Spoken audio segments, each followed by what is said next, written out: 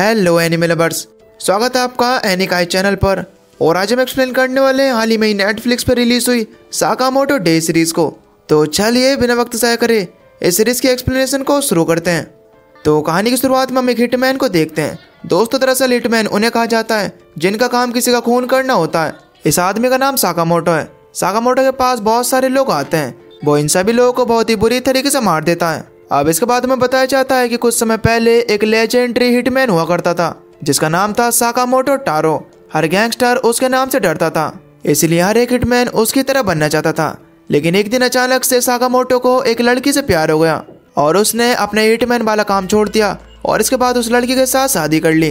अब उसकी एक बेटी भी होती है। साकामोटो इसी तरीके से अपना वक्त बिताता है। अब कुछ समय बाद हम साकामोटो को देख पाते हैं जो कि अब काफी ज्यादा मोटा हो चुका है और यहाँ पर वो अपनी एक शॉप चलाता है। एक दिन एक लड़का साकामोटो को ढूंढते हुए उसके स्टोर तक आ जाता है। इधर साकामोटो अपने स्टोर से एक बच्चे को निशाना लगाते हुए देख रहा था जो कि बार बार उनके स्टोर में आ जाता है। अचानक ही उस बच्चे के बैग से एक इंक की बोतल निकल कर गिर जाती है जिससे कि वहां पर खड़े एक आदमी की पैंट गंदी हो गई थी। अभी देखकर उस आदमी को बहुत ही ज्यादा गुस्सा आता है और वो उस बच्चे को उठा लेता है। अब वो आदमी वहां पर उस बच्चे को एक मुक्का मारने वाला था, लेकिन अब तभी साकामोटो वहां पर आकर उसके हाथ को पकड़ लेता है। इसके बाद वो अपनी पेंसिल उसकी गर्दन में घुसाकर उसे वहीं पर मार देता है। लेकिन दरअसल वो उसे मारता नहीं है, बस ऐसा करने के बारे में वो सोच रहा था। खैर वो आदमी वहां से चले आता है। अब ये सब उस लड़के ने भी देख लिया था जो कि यहाँ पर साकामोटो को ढूंढते आया है। वो इस बात को जानता है कि साकामोटो उस आदमी को पेंसिल से मारने के बारे में सोच रहा था। दरअसल ये लड़का भी एक हिटमैन है जिसका नाम है शिन। शिन को साइकिक भी कहा जाता है क्योंकि ये लोगों का दिमाग पढ़ सकता है कि आखिर उनके दिमाग में क्या चल रहा है और वो क्या करने वाले हैं। अब साकामोटो उसे देखकर वहां पर उसे एक थप्पड़ मारने का सोचता है जो देखकर शिन डर जाता है और कहने लगता है कि भाई मुझे मत मारना, मैं शिन हूँ जो कि आपके अंडर में काम किया करता था। खैर अब इसके बाद ये दोनों बाहर जाकर बैठ जाते हैं। शिन कहता है कि तो क्या आप सच में एक छोटी सी दुकान पर काम करते हैं? दरअसल शिन ये चाहता था कि साकामोटो दोबारा से अपने पुराने वाले काम में वापस लौट जाए। इसके बाद साकामोटो अपने मन में बोलता है कि मेरे हिटमैन वाले दिन खत्म हो गए, लेकिन आप तो एक लेजेंडरी हिटमैन हुआ करते थे। हर एक बड़ा सा बड़ा हिटमैन आपसे डरा करता था, आप अपने पैशन को कैसे छोड़ सकते हो? लेकिन साकामोटो उसकी बातों का जवाब नहीं देता और वहां पर नूडल्स खाने लगता है। शिन कहता है कि अब वो कितने ज्यादा मोटा हो गया है, अब तुम्हें पहचान पाना भी मुश्किल है। अब ये कहकर शिन अपनी सिगरेट को जलाने लगता है। इसके बाद साकामोटो बिजली की रफ्तार से उसकी सिगरेट को काट देता है क्योंकि यहाँ पर नो स्मोकिंग का बोर्ड लगा हुआ था। और उसे देखने के बाद तो शिन ये सोचने लगता है कि भाई ये आज भी इस बंदे की भाई रफ्तार है। भले ही इंसान मोटा हो गया है लेकिन अभी भी ये उतना ही खतरनाक है और वो चाहे तो शिन को भी मार सकता है। खैर अब तक वहाँ पर डिलीवरी वाला साकामोटो को सामान देने के लिए आता है और साथ ही में उसे साकामोटो की मदद भी चाहिए थी, जो सुनकर शिन को तो ये लगता है कि साकामोटो अभी भी हिटमैन वाला काम करता है और एक आम आदमी होने का नाटक करता है। लेकिन ऐसा कुछ भी नहीं था। दरअसल डिलीवरी मैन को अपना पेड़ काटने के लिए साकामोटो की मदद चाहिए थी। साकामोटो टाउन के हर एक इंसान के छोटे मोटे काम में मदद किया करता था और बच्चे से लेकर बूढ़े तक हर कोई साकामोटो को पसंद किया करता था। अब एक इतने बड़े हिटमैन को इतने पिद्दी से काम करते हुए देखकर वहां पर शिन को उस पर बहुत ही तो गुस्सा आता है और वो कहने लगता है कि मुझे तुम्हें देखकर शर्म आ रही है। खैर अब इसके बाद शिन अपनी कार में जाकर बैठ जाता है और ये सोचने लगता है कि साकामोटो से वो पूरे 5 साल बाद मिला है, लेकिन वो तो अभी भी कितना कमाल का है। मोटा होने के बावजूद भी उसका ऑरा अभी भी कम नहीं हुआ है। काश वो दोबारा से उसके साथ काम कर पाता। खैर अब तभी शिन को उसके बॉस का कॉल आता है जो उससे पूछता है कि क्या तुमने साकामोटो को एक बार फिर से काम पर आने के लिए मना लिया? तब शिन कहता है कि नहीं। तब उसका बॉस उसे कहता है कि तो फिर तुम उसे मार दो। अगर कोई भी हमारी गैंग छोड़कर जाता है तो हम उसका सफाया कर देते हैं, यही हमारी इस दुनिया का नियम है। और अगर तुम इस काम को नहीं कर सकते तो मैं किसी और को भेज दूंगा। दरअसल दोस्तों शिन को ही साकामोटो को मारने के लिए भेजा गया था, लेकिन शिन साकामोटो का बहुत ही बड़ा फैन है और वह ऐसा तो बिल्कुल भी करना नहीं चाहता। लेकिन अब काफी देर तक सोचने के बाद उसे ऐसा लगता है कि उसे ये करना ही पड़ेगा क्योंकि उसके पास कोई दूसरा कोई ऑप्शन भी नहीं है। अगर उसने साकामोटो को नहीं मारा तो कोई और आकर साकामोटो को मार देगा, तो ऐसा अच्छा तो यही है कि वो ही अपने हाथों से साकामोटो को मार दे। खैर अब इसके बाद अगली सुबह शिन साकामोटो की दुकान पर पहुंच जाता है। साकामोटो की वाइफ उसे देखकर उससे कहती है कि तुम तो कल भी आए थे ना, लेकिन शिन उसकी बातों को कोई भी जवाब नहीं देता और अपनी गन में साइलेंसर लगाकर स्टोर के अंदर पहुंच जाता है। शिन वहां पर साकामोटो से कहता है कि मैं इस टाउन को छोड़कर अब जा रहा हूँ, इसकी वजह से मैं लास्ट टाइम तुमसे मिलने के लिए आया हूँ। इसके बाद शिन अपनी गन की मदद से साकामोटो के ऊपर अटैक कर देता है, लेकिन साकामोटो अपने मुंह में रखी कैंडी को उसकी गोली की तरफ फेंक देता है जिससे कि वो उसकी गोली से टकराकर उसकी गोली की दिशा चेंज कर देती है। इसके बाद वो शिन के ऊपर एक आइसक्रीम फेंक कर मारता है और वहां से गायब हो जाता है। और अब शिन उसका माइंड भी रीड नहीं कर पा रहा था, अब तभी अचानक से साकामोटो मौका देकर पीछे से आकर उसके मुंह पर एक जोरदार लात मार देता है और बहुत दूर जाकर गिरता है और मन ही मन सोचता है कि पता नहीं क्या सोचकर वो साकामोटो से लड़ने के लिए आया था। इसके बाद सिन वहीं पर बेहोश हो जाता है। सिन को जब होश आता है तो वो देखता है कि वो साकामोटो के घर में है, जो कि उसके दुकान के ऊपर वाले फ्लोर पर ही है। अब इसके बाद सिन को साकामोटो की फैमिली के साथ डिनर करने बुलाया जाता है। सिन को यहाँ पर कुछ भी समझ में नहीं आ रहा था कि आखिर साकामोटो उसके साथ ऐसा क्यों कर रहा है, वो उसे अपने साथ डिनर कराना क्यों चाहता है। वो सोचने लगता है कि कहीं इस खाने में जहर तो नहीं, लेकिन जहर का सिन के ऊपर कोई भी असर नहीं होता और वो बेझिझक होकर उस खाने को खाने लगता है। वो खाना उसे बहुत ज्यादा बढ़िया लगता है। उसने कई महीनों बाद घर का खाना खाया है। सिन को आज का खाना खाकर इतना ज्यादा अच्छा लग रहा था जितना अच्छा उसे आज तक किसी भी काम करने में नहीं लगा। और अब यहाँ पर सिन को ये समझ में आ जाता है कि साकामोटो ने इन छोटी छोटी खुशियों के लिए उस काम को छोड़ा था। अब डिनर के बाद सिन साकामोटो को शुक्रिया कहता है और इसके बाद वहां से जाने लगता है। साकामोटो वहां पर सिन को एक बोर्ड दिखाता है जिस पर लिखा होता है कि थैंक यू, दोबारा जरूर आना। खैर अब इसके बाद सिन अपनी गैंग के पास पहुंच जाता है जहाँ पर उसका बॉस उसे बहुत ही डांटता है, तुम आखिर उसे मार क्यों नहीं पाए। सिन वहां पर उसके सामने सर झुकाकर उससे कहता है कि साकामोटो को प्लीज जिंदा रहने दो, वो अपने परिवार के साथ बहुत ही ज्यादा खुश है। अब ये सुनकर वहां पर सभी लोग हंसने लगते हैं। उसका बॉस उसे कहता है कि साकामोटो ने हमारी दुनिया का नियम तोड़ा है और अपनी जिम्मेदारियों को पीठ दिखाई है, तो हमें तो उसे मारना ही होगा। अब सिन वहां पर उससे कहता है कि साकामोटो की जगह मैं मर जाता हूँ, लेकिन आप उन्हें जिंदा छोड़ दो। तब बॉस उसे कहता है कि ठीक है, अगर तुम मर गए ना तो हम साकामोटो को जिंदा छोड़ देंगे। उसका बॉस मन ही मन सोचता है कि कितना बुद्धू है ये, आखिर मैं इसके मन की बात क्यों मानूंगा, अगर ये मर भी गया ना तो मैं फिर भी साकामोटो को जरूर मारूंगा। अब सिन अपनी साइकिक पावर से उसकी बातें सुन लेता है और उल्टा उसी के ऊपर गन को पॉइंट कर देता है। अब इसके बाद इनके बीच वहां पर लड़ाई होना शुरू हो जाती है। इधर साकामोटो अपनी दुकान में बैठकर ये सारी बातें सुन रहा था।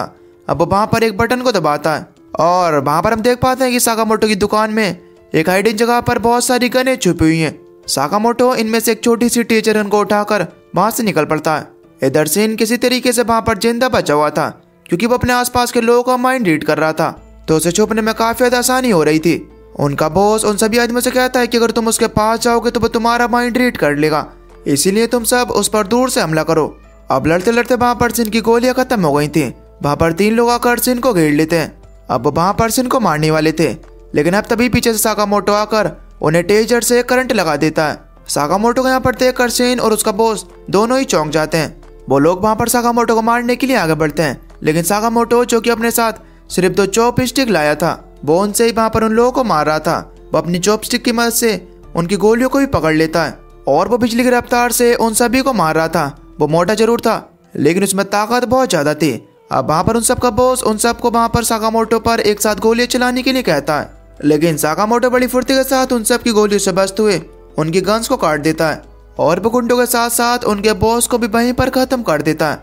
अब ये सब सो देखकर वहां पर सिन तो समझ चुका था कि अभी भी साकामोटो एक लेजेंडरी हिटमैन है। सिन वहां पर साकामोटो से पूछता है कि आखिर तुम्हें पता कैसे चला कि मैं यहाँ पर हूँ। तब साकामोटो से बताता है कि जब वो उसकी दुकान में बेहोश था तो उसने उसकी गन में ट्रैकर लगा दिया था। सिन यहाँ पर बताता है कि वो अपने वादे के मुताबिक आज ये टाउन छोड़कर चले जाएगा, लेकिन साकामोटो उसे अपनी दुकान की एक ड्रेस देता है और उससे कहता है कि 1 घंटे के पूरे 400 मिलेंगे बेटा, और ओवर टाइम के पैसे तो अलग से हैं। यानी कि साकामोटो साफ उसे अपनी दुकान में काम करने का ऑफर दे रहा था। अब क्योंकि सिन साकामोटो का बहुत ही बड़ा फैन है तो इसकी वजह से वो हाँ कहने से हिचकिचाता नहीं और वो उसकी दुकान में काम करने के लिए हाँ कर देता है। अब इसके बाद सिन अगले दिन से ही साकामोटो के साथ उसकी दुकान पर बैठने लगता है। अपनी माइंड रीड की पावर से वहां पर सिन लोगों को उनका सही सामान दे पा रहा था और साकामोटो की वाइफ और उसकी बेटी को भी वो काफी ज्यादा अच्छा लगता है। अब भाई बच्चा वहां पर आकर उसे बाहर खेलने के लिए कहता है, लेकिन सिन उससे कहता है कि अभी उसकी शिफ्ट खत्म नहीं हुई है और ये काम उसके पिछले काम से तो कहीं ज्यादा अच्छा है। अब बच्चा उससे पूछता है कि पहले तुम क्या काम करते थे, जिस पर साकामोटो अपने मन में बोलता है कि अगर उसे बताया तो मैं तुम्हें मार डालूंगा। तब सिन उस बच्चे से कहता है कि पहले मैं सफाई का काम किया करता था। इसके बाद सिन साकामोटो की तारीफ करता है। वो कहता है कि तुम कितने ज्यादा खतरनाक हो, तुमने तो बड़ी आसानी के साथ उन सभी गुंडों को मार गिराया। साकामोटो अपने मन में बोलता है कि वापस काम पर लग जाओ, लेकिन सिन तो लगातार इसी बात को कही जा रहा था कि आपने तो एक ही झटके में उन सबको मार दिया। अब ये सारी बात साकामोटो की वाइफ सुन लेती है जिसका नाम इओई है। वो साकामोटो से गुस्से में पूछने लगती है कि कहीं तुमने दोबारा से हिटमैन का काम तो शुरू नहीं कर दिया, जिस पर साकामोटो डरते हुए मना करता है। सिन बोलता है लेकिन आपने तो सबको मार दिया था, जिस पर साकामोटो मन ही मन सोचता है कि भाई ये तो पागल है क्या, कैसा पागल लड़का मेरे पल्ले पड़ गया, लगता है आज तो तू मुझे मरवाएगा ही। और हाँ, मैंने किसी को मारा नहीं था, बस मैंने उन्हें थोड़ा सा घायल किया था। अब वहाँ पर इयोई बड़े गुस्से में वहाँ पर साकामोटो को धमकी देती है कि अगर उसने कुछ भी गलत काम किया और उसने फैमिली रूल्स तोड़ा तो वो उसे डिवोर्स दे देगी। अब ये सुनकर तो साकामोटो और भी ज्यादा डर जाता है। अब इयोई को जाने के बाद वहाँ पर शिन साकामोटो से पूछता है कि फैमिली रूल्स क्या है, जिस पर साकामोटो उसे पेंसिल से मारने का सोचता है और उसे कहता है कि अपना मुंह बंद रखा करो। खैर अब इसके बाद साकामोटो अपने साथ शिन को लेकर टाउन में जाता है। यहाँ से उसे कुछ सामान लेना था, लेकिन शिन देखता है कि साकामोटो इतनी दूर सिर्फ खाने के बंस लेने के लिए आया था, जो कि उसकी फैमिली को बहुत ज्यादा पसंद है। शिन यहाँ पर एक बार फिर से उससे फैमिली रूल्स के बारे में पूछता है, तब साकामोटो उससे मना कर देता है। अब क्योंकि शिन माइंड रीड कर सकता है तो इसकी वजह से साकामोटो कभी भी उससे मुंह खोलकर बातें नहीं करता, बल्कि अपने मन में ही उससे बातें करता रहता है। अब रास्ते में अचानक एक लड़की विंडो तोड़कर साकामोटो के ऊपर आ गिरती है, जिससे कि उसके बंस नीचे गिर जाते हैं। कुछ लोग इस लड़की के पीछे पड़े हुए थे, जिन लोगों से लड़ने के लिए तैयार हो जाती है। इस लड़की का नाम है मिस्टी गर्ल लू साउटेंग। शिन वहाँ पर साकामोटो से कहता है कि अब हमें यहाँ से निकलना चाहिए, लेकिन साकामोटो तो अभी भी वहाँ पर अपने बंस लेकर बैठा था, जो कि अब खराब हो गए हैं। अब गुंडे वहाँ पर उस लड़की के ऊपर अटैक करते हैं, लेकिन लू तो अकेले ही उन सभी गुंडों पर मार लगा देती है। शिन देखता है कि वो ताइची मार्शल आर्ट का यूज कर रही थी। अब एक टकला आदमी आकर उसे पीछे से पकड़ लेता है और बाकी गुंडे चाकू लेकर उसे मारने की कोशिश करते हैं, लेकिन साकामोटो अपने चमचे से उनके चाकू को पकड़कर तोड़ देता है और इसके बाद उसे घूंसे में सुला देता है। शिन भी पीछे से आकर उस टकले आदमी के सर पर ईंट मारकर उसे वहीं पर सुला देता है। एक आदमी के पास गन थी, लेकिन लू तो अकेले उस आदमी से निपट लेती है। अब इसके बाद वहाँ पर और भी गुंडे आने लगते हैं। उन गुंडों को लगता है कि लू अपने गैंग के साथ है। इसके बाद साकामोटो लू को उठाकर वहां से भागने लगता है और वो गुंडे उन्हें पकड़ नहीं पाते। वो गुंडे अपने बॉस के पास जाकर उन्हें बताते हैं कि वो लड़की भाग गई और इस काम में 2 आदमी भी उसकी मदद कर रहे थे। उनका बॉस कहता है कि हमने उस लड़की को पकड़ने के चक्कर में उसकी पूरी क्लैन को मार दिया है, लेकिन फिर भी तुम उसे नहीं पकड़ पाए। वो आदमी वहां पर बॉस से माफी मांगने की कोशिश करता है, लेकिन अब तभी पीछे से एक लंबा चौड़ा आदमी आकर उसकी गर्दन काट देता है और अपने पास खड़े भाई से कहता है कि ये देखो, ये अभी भी सांस लेने की कोशिश कर रहा है। इनके नाम है सोनी और बाचो। ये दोनों भाई थे और दोनों ही तबाही थे। बॉस उनसे कहता है कि उस लड़के के पास एक चाबी है जो कि इन्हें चाहिए। अगर वो चाबी किसी भी तरीके से इनके हाथ लग गई तो ये पूरी की पूरी ब्लैक मार्केट पर राज करेंगे। तो तुम्हें किसी भी तरीके से उस लड़की को ढूंढना होगा और अगर तुम्हारे रास्ते में कोई भी आए तो उसे खत्म कर दो। खैर दूसरी तरफ से इनको यह पता चलता है कि लड़की एक माफिया फैमिली से बिलोंग करती है और उस फैमिली का नाम लू क्लैन है। और वो जो गुंडे थे ना, लू के पास जो चाबी है इसी के लिए उसके पीछे पड़े हुए थे। ये चाबी लू के क्लैन के एक हिडन बोल्ट की है, जो कि लू को उसके पेरेंट्स ने दी थी। शिन उससे कहता है कि तुम इस चाबी को फेंक क्यों नहीं देती, ये तुम्हारी जान से कीमती है क्या? जिस पर लू से कहते हैं कि इस चाबी को प्रोटेक्ट करने में ही उसके पेरेंट्स मारे गए। तो अगर ये चाबी उसने उन गुंडों को देती तो इसके बाद वो ऊपर जाकर अपने पेरेंट्स को क्या मुंह दिखाएगी। अब लू से कहती है कि ये सब तुम्हारी प्रॉब्लम नहीं है, इसलिए अच्छा यही होगा कि तुम ये सब चक्कर में ना पड़ो।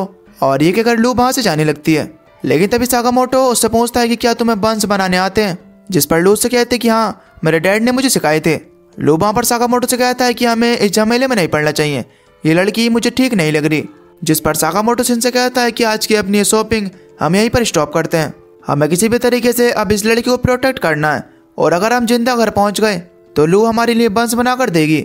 अब लू इससे पहले कि जवाब में कुछ कह पाती, बाचो वहां पर आकर साकामोटो के चेहरे पर एक लात मारता है, जिससे कि साकामोटो एक बिल्डिंग पर जाकर गिरता है। लू वहां पर शिन को बताती है कि ये दोनों जुड़वा भाई हैं और हिटमैन है।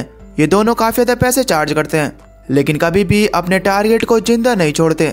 ये सीरियल किलर्स हैं जिन्हें लोगों को मारने में बहुत ज्यादा मजा आता है। ये लोग सनकी हैं और अपने विक्टिम्स को मारकर उनका स्केच बनाना इनकी हॉबी है। अब तभी शिन वहां पर सोनी को मारने के लिए आता है, लेकिन सोनी उसका हाथ पकड़ लेता है और उससे पूछता है कि तुम गुस्सा हो क्या कि हमने तुम्हारे दोस्त को मार डाला। जिस पर शिन उससे कहता है कि अच्छा तो तुम्हें ऐसा लगता है। एक बात कहूँ, भले ही तुम बहुत ज्यादा ताकतवर हो, लेकिन अगर हिटमैन की नॉलेज के बारे में बात करें तो तुम बहुत ज्यादा पीछे हो, क्योंकि कोई ऐसा हिटमैन होगा जो कि साकामोटो के बारे में न जानता होगा। और अगर तुम्हें ऐसा लगता है कि तुम्हारे इस छोटे से बाढ़ से साकामोटो मर गया होगा तो ये तुम्हारी सबसे बड़ी गलतफहमी होने वाली है। अब इसके बाद बाचो लू के पीछे आता है और उसे मारने की कोशिश करता है, लेकिन साकामोटो वहां पर आकर एक मुक्के में उसे सुला देता है, जिससे कि उनके नीचे की छत टूट जाती है। आप इस चीज से साकामोटो की पावर का अंदाजा लगा सकते हो। सोनी वहां पर साकामोटो से पूछता है कि तुम कौन हो, जिस पर साकामोटो से कहता है मैं हूँ पप्पू पेलू, आप कहें तो आपकी ले लूं क्या? सोनी लू से कहता है कि ये चाबी हमें दे दो तो शायद तुम्हें आसान मौत मिलेगी, लेकिन लू से कहती है कि ये मेरे पेरेंट्स की आखिरी निशानी है, तो इसकी वजह से मैं तुम्हें कभी भी नहीं दूंगी। सोनी कहता है कि तुम्हारे पेरेंट्स ने भी यही बोला था जब मैंने उन्हें मारा था। अब ये सुनने के बाद तो लू एकदम गुस्से में थी और वो उन पर अटैक करने के लिए जाती है, लेकिन साकामोटो उसे खींचकर पीछे कर देता है। शिन लू को समझाता है कि तुम्हें ऐसे गुस्से में फैसले नहीं लेने चाहिए। लू कहती है कि उस बोल्ट में उसके परिवार का सब कुछ है, जिसे पाने के लिए उन कमीनों ने उसके पेरेंट्स को मार दिया था। सोनी वहां पर लू के ऊपर एक वेपन फेंक कर मारता है, लेकिन साकामोटो उसे पकड़ लेता है। सोनी उससे कहता है कि तुम्हारा आखिर क्या मतलब है, तुम बड़ी लकड़ी क्यों ले रहे हो। इधर सोनी को भी बात समझ में नहीं आ रही थी कि आखिर साकामोटो उसे बचाने के लिए अपनी जान को जोखिम में क्यों डाल रहा है। अब इसके बाद हम यहाँ से एक फ्लैशबैक देखते हैं, जिसके अंदर साकामोटो योई के लिए एक गिफ्ट लेकर जाता है, लेकिन उसके चेहरे पर खून लगा हुआ था। अब उसे देखकर योई समझ जाती है कि जरूर वो किसी का खून कर आ रहा है और उसे उसके इस खून की कमाई का गिफ्ट नहीं चाहिए। योई उससे कहती है कि अगर तुम अपने काम नहीं छोड़ सकते तो वो दोनों साथ भी नहीं रह सकते। अब इतना कहते ही योई छत से नीचे कूद जाती है। अब उसे बचाने के लिए साकामोटो भी उसे पकड़कर नीचे कूद जाता है और वो दोनों नीचे बर्फ पर जाकर गिरते हैं। इससे इन दोनों को बिल्कुल भी चोट नहीं आती। अब वहां पर योई साकामोटो से कहती है कि अगर मैं मर जाती तो तुम मुझे बहुत ज्यादा मिस करते, इसीलिए मुझे बचाने के लिए तुम भी कूद पड़े और इसे ही प्यार कहते हैं। इसके बाद योई वहां पर साकामोटो से प्रॉमिस लेती है कि वो आज के बाद किसी को भी नहीं मारेगा और यही उनका रोल होगा।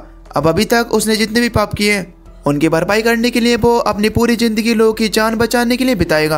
अब क्योंकि शिन के अंदर माइंड रीड करने की पावर है, तो इसकी वजह से वो भी साकामोटो के इस फ्लैशबैक को देख लेता है और वे समझ जाता है कि उनका फैमिली रूल यही था कि वो किसी को भी जान से नहीं मार सकता।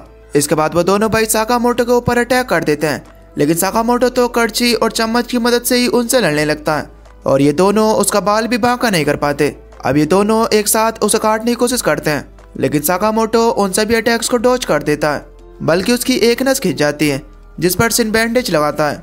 सोनी सोचने लगता है कि आज तक उनके अटैक से कोई भी नहीं बच पाया, लेकिन इतना मोटा होने के बावजूद भी साकामोटो उनसे कैसे बच रहा है। अब इसके बाद ये दोनों एक बार फिर से साकामोटो के ऊपर अटैक करते हैं, लेकिन साकामोटो बाचो के सर पर एक बर्तन दे मारता है और सोनी का हथियार तोड़ देता है। इसके बाद सोनी साकामोटो को छोड़कर लू की तरफ जाता है, लेकिन शिन उसका दिमाग पढ़कर उसे पीछे खींच लेता है और फिर साकामोटो उसके सर पर फ्रीज दे मारता है और दोनों भाई की बत्ती गुल हो जाती है। इसके बाद शिन उन दोनों भाइयों को रस्सी से बांध देता है। लू उन दोनों से पूछते हैं कि आखिर तुम दोनों हो कौन। तब शिन उसे बताता है कि हम दोनों एक दुकान पर काम करते हैं। इधर दूसरी तरफ बॉस बहुत ही गुस्सा हो रहा था, ये सोनी और बाचो कहाँ रह गए। बॉस बोल्ट के पास ही खड़ा था, लेकिन उस बोल्ट को खोलने के लिए चाबी की जरूरत है। अब तभी साकामोटो और शिन सोनी और बाचो को लेकर वहां पर आ जाते हैं। बॉस को यहाँ पर कुछ भी समझ में नहीं आ रहा था कि आखिर ये दोनों अंदर कैसे आ गए, लेकिन अब तभी लू पीछे से आकर बॉस की गर्दन पर चाकू रख देती है, जिसे देखकर बॉस रोते हुए उससे माफी मांगने लगता है। अब लू वहां पर उसे जान से तो नहीं मारती, लेकिन उसकी बुरी तरीके से पिटाई कर देती है और कहती है कि हर बात पर लोगों को मारना ही जरूरी नहीं होता, हमें पास्ट बुलाकर एक हैप्पी लाइफ जीनी चाहिए, ऐसा उसके डैड बोला करते थे। इसके बाद लू उस चाबी की मदद से उस बोल्ट को ओपन करती है। उसके अंदर ढेर सारा सोना पड़ा हुआ था, लेकिन साथ ही में कुछ किताबें, कुछ सीडी और खिलौने भी रखे हुए थे। एक किताब में लिखा हुआ था कि जो लू क्लेन का जो हेड होगा उसे अपना सबसे कीमती सामान यहाँ पर रखना होगा। तो अलग अलग हेड ने अलग अलग आइटम यहाँ पर रखे हुए थे। लू के डैड ने यहाँ पर एक ड्रिंक छोड़ी हुई थी, जो कि लू के बड़े होने पर उसके साथ पीना चाहते थे। अब इसके बाद साकामोटो वहाँ पर अपने बंस निकालता है, जो कि अभी तक उसने अपने पास रखे हुए थे। ये भले ही कुचले गए थे, लेकिन खाने में तो अभी भी इनका वही टेस्ट था। इसके बाद ये तीनों वहाँ पर बैठकर उन्हें खाने लगते हैं। अब अगले दिन से लू भी साकामोटो के साथ उसके शॉप पर काम करने लगती है। वो यहाँ पर बंस बनाया करेगी। शिन वहाँ पर लू से कहता है कि तुम्हारे पास तो इतना सारा खजाना है, जिस पर लू से कहते हैं कि वो अपनी खानदानी चीजों को यूज थोड़ी करेगी। साकामोटो शिन से कहता है कि अब वो भी उसकी फैमिली का हिस्सा बन गया है, तो उसे भी फैमिली रूल्स को फॉलो करना पड़ेगा कि वो किसी को भी जान से नहीं मारेगा। अब इसके बाद हम दूसरी तरफ एक मीटिंग को देखते हैं, जिसमें पता चलता है कि साकामोटो के सर पर एक इनाम रखा हुआ है, जो भी उसे मारेगा उसे पूरे 1 बिलियन येन मिलेंगे। और दोस्तों, इसी के साथ इस सीरीज के 2 एपिसोड यहीं पर खत्म हो जाते हैं। आपको एपिसोड कैसे लगे हमें नीचे कमेंट करके जरूर बताना। बाकी अगर आपको इस सीरीज का अगला पार्ट चाहिए तो नीचे कमेंट में नेक्स्ट पार्ट टाइप जरूर करना। और अगर आप चैनल पर नए हो तो प्लीज चैनल को सब्सक्राइब कर बेल नोटिफिकेशन को ऑल पर सेलेक्ट कर लेना, ताकि अगली वीडियो की नोटिफिकेशन आपके पास सबसे पहले आ सके। तो तब तक के लिए till then take care, love you, bye bye.